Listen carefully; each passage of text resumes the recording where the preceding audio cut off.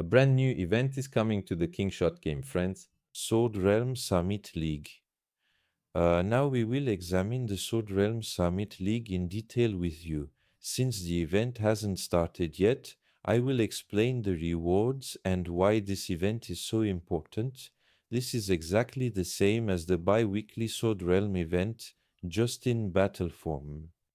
But just think of this in a system like the Champions League in football, where there is a league stage point system. Teams clash with each other, the winners move to the upper league, and the losers fight among themselves in the lower league. They have introduced a similar system here as well. They have created a league that will last longer, be more fun, involve great strategies, and offer incredibly good rewards. I think it is very, very good, and this will be a seasonal event. We are currently facing its first season. It probably hasn't arrived in most states yet. At first, they must have brought it to the first 800, 900, maybe 1,000 states. This event will come to the newly opened states in the later parts of the game. This event is purely a strategy game, friends. You have to do your absolute best as a team. When we first enter the event, there is a voting phase. Now, since we will clash with the alliances on the strongest server in our neighboring states, it gives us 5 time zones. It asks you to vote for the 2 that work best for you and the players in your alliance in your own state, or it seems you can vote for more.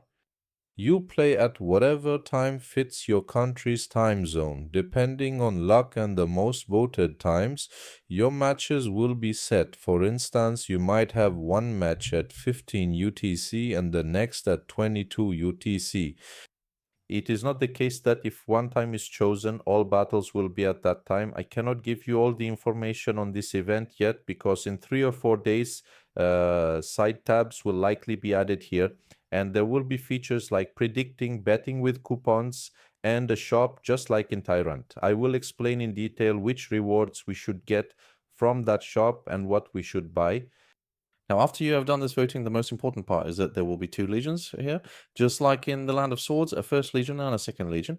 The only thing you need to do is this.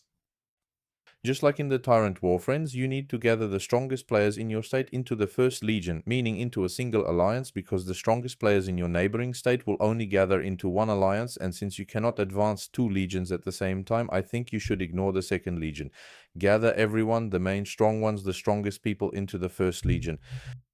Well, looking at the schedule, the voting is actually quite a long process. The voting ends in 2 days. Then on the 17th, or rather 3 days after that, there is registration. Actually, the registration phase is on the 14th. Then it finds a match on the 17th after registration. You can stay in one alliance until registration ends, and as I understand it, you can change alliances as you wish after the registration night is over. Because look, it starts on the 14th and it will continue until the 22nd of the next month. You won't have to stay in the same alliance with the same players the whole time. You only need to spend the registration night in that alliance to complete the registration. Afterward, you will be able to switch between alliances as you wish. Do not worry about this, but if there is an update regarding this, I will already shoot another detailed video about it. After these are finished, there will be a preliminary round. Just like here, the groups that match go to the upper group, and in this group there are groups A, B, and C. One of the most important things here is, let's say there will be a matchup. Let's say Jichiran team in the neighboring states is the strongest team. You get matched with these guys and your opponent is very weak. If one side is very strong and one side is very weak, I advise the strong friends to do this. Try not to give any points or any buildings to the other side. Because that also has an effect, friends. When you do that and advance on the leaderboard here, it can sometimes save you from playing several matches and jump you straight to the finals tab. That is why you must take every match seriously and score as high as you can. Just like here, if you finish with a high score, it promotes you directly to the mythic group. Once you are in the mythic group, if you lose a match here, you will still have a chance to reach the finals from there. That is why the points you earn in battles are very valuable for you. Besides that, there will also be an MVP point battle. In this battle, the player who kills the most soldiers will be the MVP of this league. There will be different categories like collecting the most resources or earning the most points. You can also make a name for yourself there and become an MVP. Now, one of the great things about this event is this: 68% of my friends watching the videos are not subscribed to my channel, guys. You probably forget while watching. They keep being recommended to you because you watch the videos. If you would like to support me, I would be very happy if you hit the subscribe button. You guys are great. Let's continue with the video. Well, looking at the rewards, it gives us a headquarters, a banner, a heart, an alliance banner, and so on. After that, we have these rewards. But this is the best part. Let's say the Legion, the first Legion, gives participants a 30-day skin like this directly, a piece of an island like this, another piece like this, 6,000 tokens that we can spend in our shop. We can probably use these to place bets too, guys. 6 mithril, 400 pure gold, 100 mythic, 100,000 diamonds. So, a low or mid investment player currently in a strong alliance on a strong server will win these rewards just because their team is strong. The rewards are definitely incredibly good. So, being on the strongest server will provide a huge advantage. Besides that, you cannot enter the battle. It is not a problem if you do. If the friends in that alliance come in first, 100,000 diamonds for everyone in the alliance. Again, 80,000 tokens you can spend in the store, and another 80,000 tokens you can spend in the second Sword Realm store. Incredible rewards, friends. 240 hours of normal speed up, 240 hours of troop speed up. It really gives a legendary reward. As you can see, it will give it to all members of the alliance the Legion belongs to. Let's say the evil alliance in server 785 won in that state, in that kingdom. Everyone on that server gets 10,000 diamonds, 100 gold bars, and 20 hammers directly. So the winners will really have a huge advantage. Of course, there are tiers to this as well. This is the highest tier, the noble tier. In the tier below, the master tier, the rewards are a bit lower accordingly. The rewards at the diamond tier are also somewhat lower accordingly. The warrior rewards are for the friends who joined that legion. These will go to everyone in the alliance. As for personal rewards, just like in the Sword Realm event, those who exceed 180,000 points are given tokens and rewards like this. Even if we lose, it gives these rewards. The rewards are incredibly good. They are the best free rewards we have ever received in Kingshot so far. That is why I liked it a lot.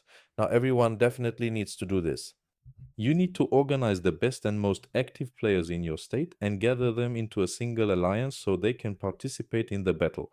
After that, which buildings do you need to hold in this tournament and what is the importance of these buildings? You need to understand this and play accordingly. For example, friends, the bell tower is definitely one of the most important buildings in the game. Most players don't pay attention to this. It gives a bonus effect of reducing control time by 50%, friends. What does this mean? After you enter a building, for example, you start earning points after holding it for 3 minutes. But if you hold the bell tower, instead of waiting 3 minutes, you start earning points after just 1.5 minutes. That is why the bell tower is so valuable. Secondly, friends, there are the royal stables. It reduces the teleport cooldown by 50%. I do not really care about this one. I think almost everyone already has teleportation. One of the next most important ones is the Hall of Revolution. The Hall of Revolution unlocks a bit later, but once it is open, I definitely think a team should go and hold this building. It provides a 15% damage increase and a 15% reduction in team ability damage. That is why it is one of the most important buildings. Apart from that, friends, every building here has its own special extra features and order of importance. First, control. When an alliance first captures this place, you get 9,000 points. From here, 6,000, 6,000, 3,000, 3,000. Especially if you can quickly go and secure the first capture, you will be able to start the game with these points. Then there is the occupation minute points. You can also create a strategy for yourself by looking at the points here. The reason I'm not explaining it in great detail is that the topic of this video is a basic assessment, friends. If you would like, if this video reaches 500 likes, I will film and share a detailed video on which of these buildings should be held and what strategies should be used with team play in the Land of Swords. By the way, our friends who participate in this event will not be able to participate in the regular Land of Swords event that comes every 15 days. Just so you know, friends, it was written in the event notes too. I don't remember where I read it because there is so much text, but so be aware of that. But this event is many times better than that one.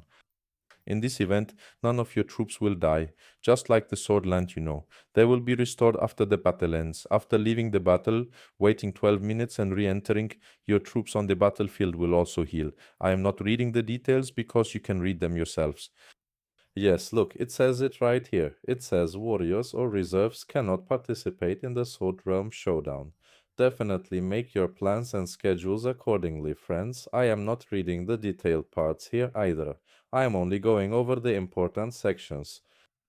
For now, there is nothing important.